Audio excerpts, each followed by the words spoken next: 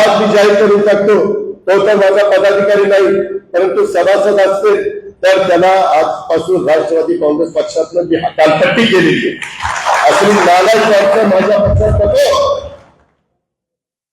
काय करायचं नाही, गरिबाच्या दारात धागा जाईल, पण असल्यांच्या भरवाईच्या दारात जाणार नाही. तुम्ही अनेक जण मला बोलवता लग्नाला, अनेक बोलवता का ते? मी शक्य असेल तेवढं यायचा प्रयत्न करतो. मी तर त्या भागात असेल उशिरा लग्नाच्या वेळेस. आता एखाद्या लग्नाला मी गेलो, समजा दयाच्या घरातल्या लग्नाला गेलो आणि त्यांनी नंतर तिथल्या सुनेला त्याच्या काही वेडवाकडे केलं तर अजित पवारचा काय संबंध आहे?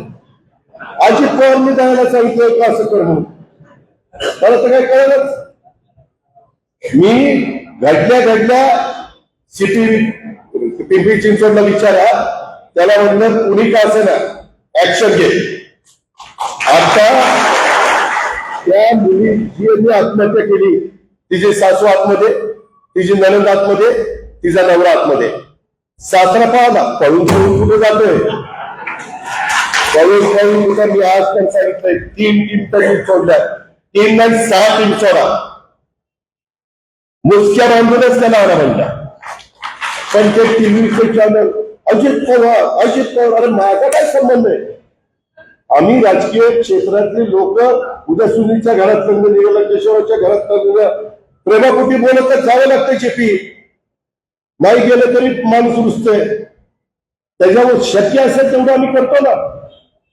पण म्हणून काय आम्ही त्यांना सांगतो का तुम्ही बाळासाहेब सुनेचे असं वागा म्हणून?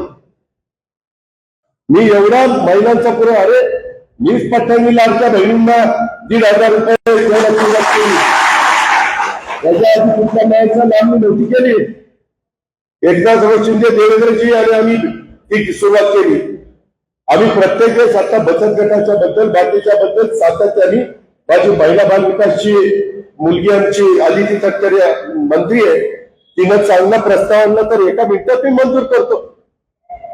आणि खुशाल ते चॅनलवाले अजित पवारांना जाब विचारला पाहिजे. जर अजित पवार तिथं दोषी असेल तर अजित पवारला फसावं लागतं, जर कुठे त्याचा संबंध असेल तर. पण उगीच माझी बदनामी काही घेणं देणं. मीडियाला अधिकार दिलाय मोकळीकीचा, कुणाची पण नावं घेत आहेत. आणि उद्या मी लग्नाला गेलो, समजा राजवर्धनच्या घरातलं लग्न आहे, आणि राजवर्धन म्हणला की दादा ही चावी मला माझ्या जावयाला द्यायची, द्या. नाही दिली तर ती बाबा नाराज होतो. तरी चावी देताना त्याला विचारलं ही स्वखुशीने देताय का बळजबरीने देताय? कोणतं नाही सांगत, टीव्ही लागून आहे. मी त्यांना म्हणलं बळजबरीने घेतलं तर मग बघतो यांच्याकडे. एवढं नाव कडक वागतोय तरी देखील माझी बदनामी करता. नाही खरं आहे ते सांभाळी, जे खरं आहे ते खरं. मी एवढा अधिकारी आणि आवाज काढून बोलतो त्याच्यात 5 पैसे कुणाचा मिळता नाहीये, चहाचा पण निंदा नाहीये. आणि ह्या पद्धतीनं ते केलं.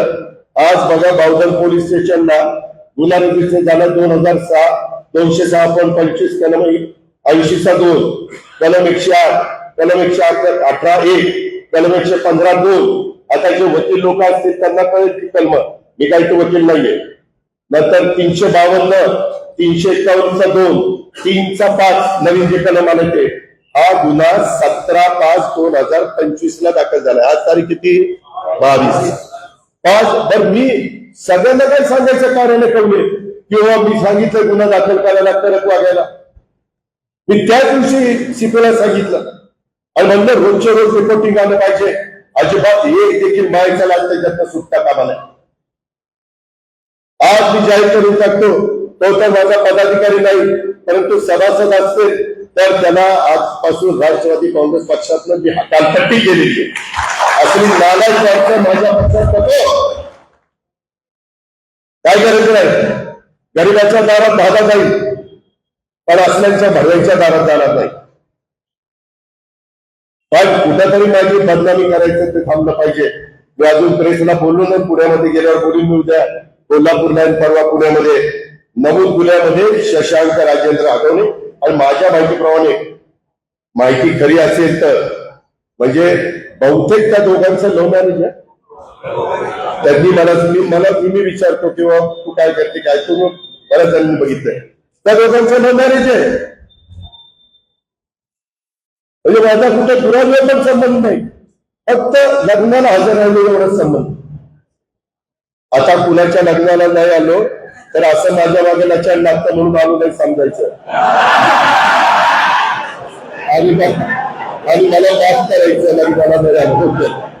तर ऐका, शशांक राजेंद्र हगवणे, लता राजेंद्र हगवणे, करिश्मा राजेंद्र हगवणे या 3 आरोपींना अटक करण्यात आली. राजेंद्र तुकाराम बुवा हगवणे हा बेपत्ता आहे, फरार आहे. सुशील राजेंद्र हगवणे हा फरार आहे. त्यांचा शोध घेण्याचे काम चाललेलं आहे. 3 टीम आहे, अजून 3 वाढवायला सांगितल्या. यातील मयत महिलेचं बाळ जनक वय 9 महिन्याचं आहे. ते मयत महिलेचे वडील आनंदराव साहेबराव कसपटे यांच्या ताब्यात काळजी व संगोपनासाठी सुखरूप दिलेलं आहे.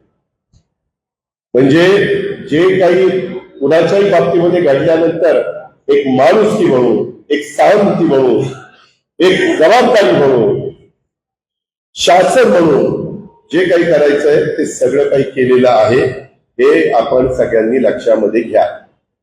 पण मी बघतोय चॅनलला अजित पवारांचा पक्ष काय, म्हणजे आम्ही एवढे सगळे आता ह्याच्यातले काही माझ्या पक्षाचे सभासद आहेत, ह्याच्यात जर कोणी चूक केली तर माझा काय संबंध आहे? मी चुकारायला सांगतो. चूक केली तर माझ्या जवळचं असलं तरी पोलिसांना सांगतो ह्याला टायर मध्ये घे, सोडू नको चालेला. हे आपण सगळे बघत आलेला, म्हणून मी त्याचा जरा विस्तृतपणे उल्लेख त्या ठिकाणी केला. आपल्या सगळ्या संस्था आपण त्या ठिकाणी